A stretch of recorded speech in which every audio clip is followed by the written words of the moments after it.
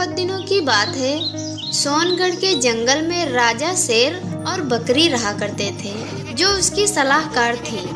एक दिन राजा शेर बकरी से बोला, मेरी समझ में नहीं आता रानी बकरी, यदि तुम मेरी सलाहकार नहीं होती तो मेरा क्या होता। ये तो आपके संस्कार हैं महाराज, वरना मुझ जैसे कमजोर बकरी को कौन अपना सलाहकार बनाता। तुम मेरी एक सलाहकार ही नहीं रानी बकरी, बल्कि एक अच्छी दोस्त भी हो। चलो रानी बकरी, एक बार जंगल में घूम के आते हैं। इतना कहकर राजा शेर रानी बकरी के साथ जंगल में टहलने के लिए निकल पड़ा। वो दोनों कुछ ही दूरी पर निकले थे कि तभी उन्हें एक लोमड़ी दिखाई पड़ी। क्या बात है लोमड़ी, सुबह सुबह कहाँ जा रही हो? मैं तो टहलने जा रही हूँ महाराज, लेकिन आप इस कमजोर और घटिया बकरी के साथ कहाँ जा रहे हो? खबरदार लोमड़ी, रानी बकरी मेरी दोस्त है। रानी बकरी का नाम इज्जत से लिया करो। क्षमा करना महाराज, लेकिन अक्सर बकरी का तो शेर शिकार किया करते हैं। वो दूसरे शेर होंगे, मैं उनमें से नहीं हूँ। इतना कहकर राजा शेर रानी बकरी से बोला। चलो रानी, आगे चलते हैं। राजा शेर और रानी बकरी के जाने के बाद लोमड़ी बहुत क्रोधित होकर बोली, महाराज का तो दिमाग खराब हो गया है, जो इस मामूली सी बकरी को अपना सलाहकार बना बैठे हैं। पता नहीं मुझ में क्या कमी थी, जो इस मामूली सी बकरी को अपना सलाहकार बना लिया। सारे जंगल में मेरी बुद्धि की मिसाल दी जाती है। इस रानी बकरी को हटाने के लिए मुझे कुछ न कुछ तो करना पड़ेगा। इतना बोलकर लोमड़ी वहाँ से जाने लगी। तभी उसकी नजर दो भेड़ियों पर पड़ी। राजा शेर का तो दिमाग खराब हो गया है, जब भी देखो तब कमजोर बकरी के साथ घूमते रहते हैं। तुम ठीक कह रहे हो दोस्त, मेरा बस चले तो उस बकरी को जान से मार दूं। अरे मेरा बस चलता तो मैं महाराज को ही जान से मार देता। वैसे भेड़िया शक्ति में शेरों से कम नहीं होते हैं। वक्त आने पर वो भी करेंगे, थोड़ा इंतजार करो। भेड़ियों की बात सुनकर लोमड़ी के मन में एक विचार आया। ये भेड़िए तो महाराज के पक्के दुश्मन लगते हैं, क्यों ना इनकी चुगली करके इस बात को आगे बढ़ा दी जाए। इतना कहकर लोमड़ी अपने घर की तरफ जाने लगी। घर पहुंचकर लोमड़ी इधर उधर खोजने लगी। तभी उसकी नज़र जमीन पर पड़े हुए बकरी के मास्क पर पड़ी। बकरी के मास्क को देखकर लोमड़ी बोली, बड़ी मेहनत से मैंने बकरी का मास्क बनाया है, इसको पहन के तो मैं रानी बकरी जैसी दिखूंगी, फिर मेरा कमाल देखना। इतना बोलकर लोमड़ी ने मास्क को पहन लिया। अब दिख रही हूँ ना मैं रानी बकरी जैसी। मास्क पहनकर लोमड़ी बिल्कुल रानी बकरी जैसी दिखने लगी। फिर लोमड़ी बकरी बनकर शेर की गुफा के पास पहुँच गई। बकरी के भेष में लोमड़ी जब शेर सिंह के पास पहुँची, तब शेर सिंह अकेला बैठा हुआ था। महाराज, आप यहाँ अकेले बैठे हैं और वहाँ जंगल में भेड़िए आपको मारने की योजना बना रहे हैं। यह सुनकर राजा शेर बकरी की तरफ चौंक कर देखने लगा, क्योंकि वो लोमड़ी थी। शेर सिंह को मारना इतना आसान नहीं है रानी। हाँ, लेकिन उन दोनों भेड़ियों को कुछ तो करना पड़ेगा। तुम चिंता ना करो, मैं शेर हूँ। जब भी वो भेड़िया मुझ पर हमला करने की कोशिश करेंगे, मैं उन्हें चीर के रख दूंगा। राजा शेर की बात सुनकर लोमड़ी चुपचाप वहाँ से चली गई।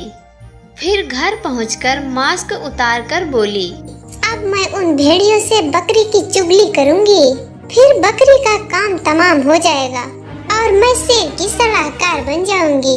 फिर लोमड़ी उन भेड़ियों के पास जाकर बोली, मूर्ख भेड़ियों, अपनी जान बचाओ। इसका मतलब तू मेरी रक्षक है लोमड़ी?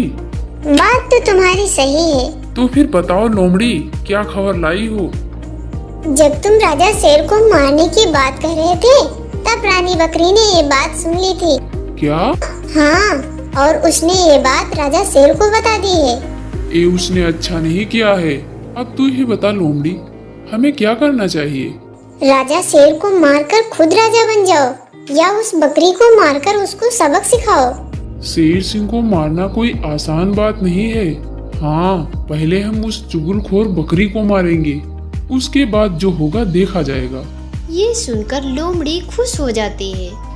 बकरी मर जाएगी तो मैं राजा शेर की सलाहकार बन जाऊंगी, और राजा शेर मर जाएगा तो भेड़ियों की दोस्त बन जाऊंगी। लड्डू तो दोनों हाथों में है। अगले दिन दोनों भेड़िए बकरी को मारने के लिए निकल पड़े। कुछ दूरी पर उन्हें बकरी दिखाई दी। जैसे ही बकरी को मारने के लिए भेड़िए दौड़ते हैं, वहाँ पर हाथी आ जाता है। बकरी जल्दी से भाग जाओ। बकरी जल्दी से भाग जाओ, तुम्हारी जान खतरे में है। ये क्या कह रहे हो हाथी भाई? कौन मुझे मारने आ रहा है? 2 भेड़िए। लेकिन भेड़ियों का मैंने क्या बिगाड़ा है जो मुझे मारेंगे? वो मुझे नहीं पता। मैं जंगल से गुजर रहा था, तभी मुझे 2 भेड़िए दिखाई पड़े। 2 भेड़िए? पर वो मुझे क्यों मारना चाहते हैं? मैंने उनका क्या बिगाड़ा है? वो सब मैं नहीं जानता। जब मैं जंगल से गुजर रहा था, तब मैंने देखा 2 भेड़िए लोमड़ी से तुम्हें मारने की बात कह रहे थे। मैं अभी महाराज के पास जाकर उनकी शिकायत करती हूँ। उनकी शिकायत अभी मैं राजा शेर से करूँगी। इतना समय नहीं है तुम्हारे पास। वो तुम्हें राजा शेर के पास नहीं पहुंचने देंगे। तो अब मुझे क्या करना चाहिए? तुम इसी वक्त जंगल को छोड़ के भाग जाओ। हाथी की बात सुनकर बकरी अपनी जान बचाने के लिए जंगल छोड़कर भागने लगी। कुछ दिन के बाद बकरी को लापता होने की बात राजा शेर को पता चली। बकरी रानी, तुम कहाँ चली गई हो? मुझे तुम्हारे बिना अच्छा नहीं लगता है। बकरी के चले जाने के बाद राजा शेर बहुत उदास रहने लगता है। कुछ दिन बाद लोमड़ी सोचती है, अब वक्त आ गया है अक्लमंदी बताने का। अब जाकर राजा शेर से कह दूंगी कि भेड़ियों ने बकरी को मार दिया है। ये सुनकर दोनों के बीच लड़ाई होगी और जो जीतेगा उसकी सलाहकार मैं बन जाऊंगी। उधर कई दिनों से भेड़िए राजा शेर की डर से अपनी गुफा से बाहर ही नहीं निकले और वह कई दिनों से भूखे भी थे। कई दिनों से भूखे हैं, आज तो शिकार करना ही पड़ेगा। तभी दोनों भेड़िए लोमड़ी को आता देखते हैं। शिकार मिल गया। कौन? वो लोमड़ी? यार, वो तो हमारी दोस्त है। वफादारी किसे कहते हैं मुझे मालूम नहीं, और मक्कारी हमारे खून में है, तो क्या दोस्त और क्या दुश्मन। ठीक है, तुम छुप जाओ। दोनों भेड़िए लोमड़ी को मारने के लिए झाड़ियों में छिप जाते हैं। जैसे ही लोमड़ी नजदीक आती है, दोनों भेड़िए उसे घेर लेते हैं। देखना ये लोमड़ी भागने ना पाए।